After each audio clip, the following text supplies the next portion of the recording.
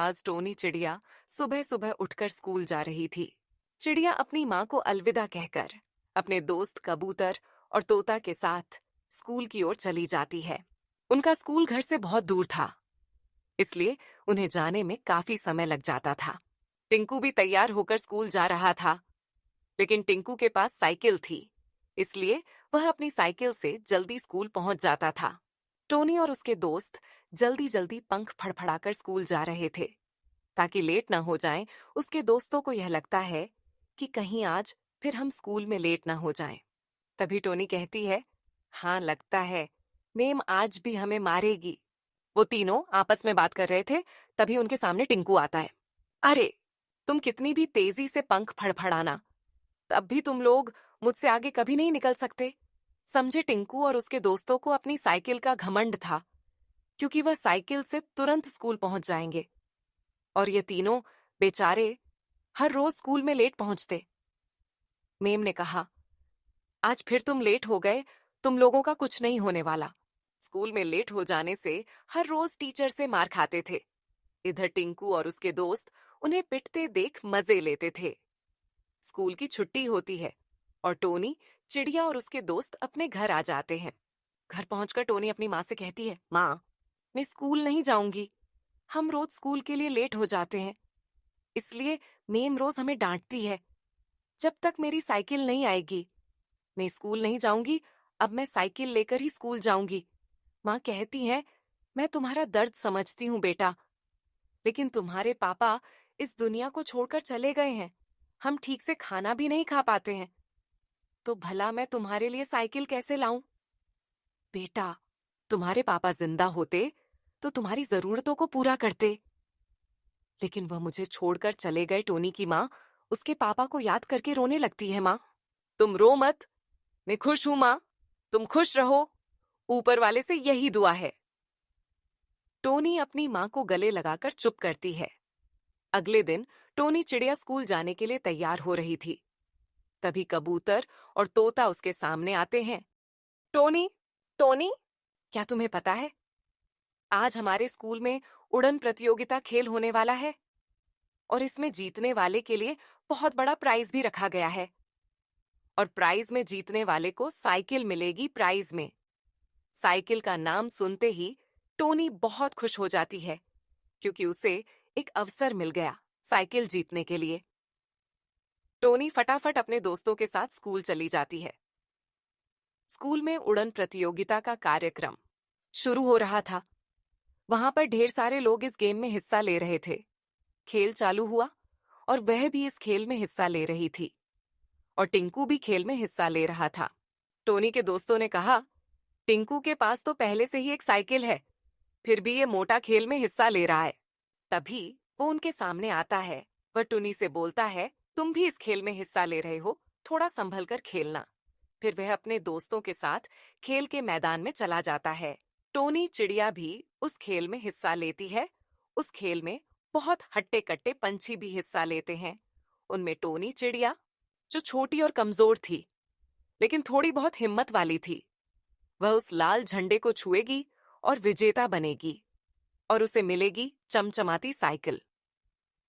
Tony cycle को बहुत प्यार से देखती है, और वह मन में ठान लेती है कि कैसे भी करके इस गेम को जीतना है। अब गेम शुरू होता है। 1, 2, 3 स्टार्ट। गौतम छिलका के इतना बोलते ही सारे खिलाड़ी पंछी उड़ना शुरू कर देते हैं। इधर टोनी चिड़िया भी आगे बढ़ने लगती है। टिंकू मोटा होने की वजह से बहुत धीरे धीरे उड़ रहा था, लेकिन जब उसने देखा कि टोनी चिड़िया मुझसे आगे निकल रही है, तो टिंकू को बहुत गुस्सा आता है, और वह अपनी बगल वाले पंछी को इशारा करता है।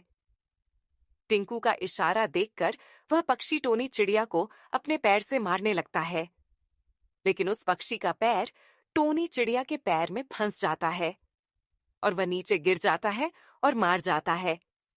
दूसरा पक्षी भी नीचे गिरते ही मर जाता है।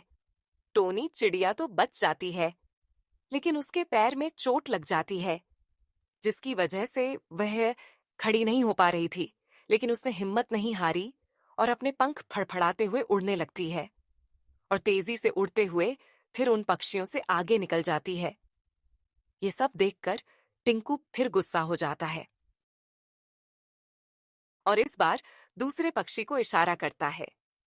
दूसरा पक्षी टोनी चिड़िया के सामने आ जाता है और उसे आगे निकलने नहीं देता है। टोनी बार बार आगे निकलने की कोशिश करती है, लेकिन वह बदमाश उसे आगे निकलने नहीं देता है। तभी उसके सामने एक पेड़ की डाली आ जाती है। बदमाश पक्षी उल्टा उड़ रहा था, जिसकी वजह से उसे वह डाली दिखाई नहीं दी और वह अचानक उस डाली से टकरा जाता है और नीचे गिर जाता है। टोनी चिड़िया यह सब देखकर थोड़ा उदास होती है, लेकिन फिर उस लाल झंडे की तरफ बढ़ने लगती है। अब लाल झंडा उसके बहुत करीब था, इसीलिए टोनी बहुत खुश थी कि अब मैं इस खेल को जीत जाऊंगी और मुझे यह साइकिल मिल जाएगी। लेकिन तभी उसके बगल वाला पक्षी एक तलवार निकालता है और टोनी चिड़िया का पंख काट देता है। टोनी दर्द के मारे चिल्लाने लगती है। उसके पंखों से ढेर सारा खून बह रहा था। टोनी इतनी तकलीफ में थी कि उससे अब आगे बढ़ा नहीं जा रहा था। उसकी रफ्तार धीरे धीरे कम होने लगी। टिंकू ये सब देखकर बहुत खुश होता है। टोनी सोचती है, मुझे कैसे भी करके इस दर्द को नजरअंदाज करके जितना ही होगा। वह तेजी से आगे बढ़ती है और सबसे पहले उस लाल झंडे को छू लेती और उसकी जीत के इस संघर्ष को देखकर पक्षियों की आंखों में आंसू आ जाते हैं और टोनी उड़न प्रतियोगिताओं में जीत जाती है। टोनी को उसका प्राइज मिल जाता है। उसकी माँ साइकिल को देखकर बहुत खुश होती है और उसे गले से लगा लेती है। इस कहानी से हमें यह शिक्षा मिलती है कि आत्मविश्वास सबसे बड़ी ताकत है। टोनी चिड़िया भले ही छोटी और कमजोर थी, लेकिन उसका आत्मविश्वास और हिम्मत उसे जीत तक ले गया। संसाधनों की कमी सफलता में रुकावट नहीं बनती। टिंकू के पास साइकिल थी, लेकिन टोनी के पास मेहनत और लगन थी। असली जीत मेहनत से मिलती है, न कि सुविधाओं से।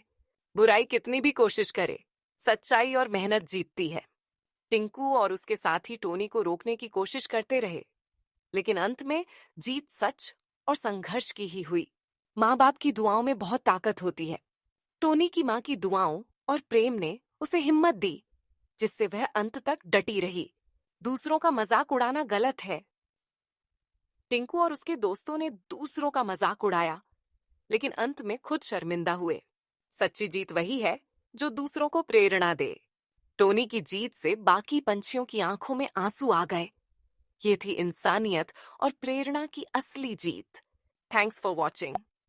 कृपया हमारे चैनल को सब्सक्राइब करें। Thank you.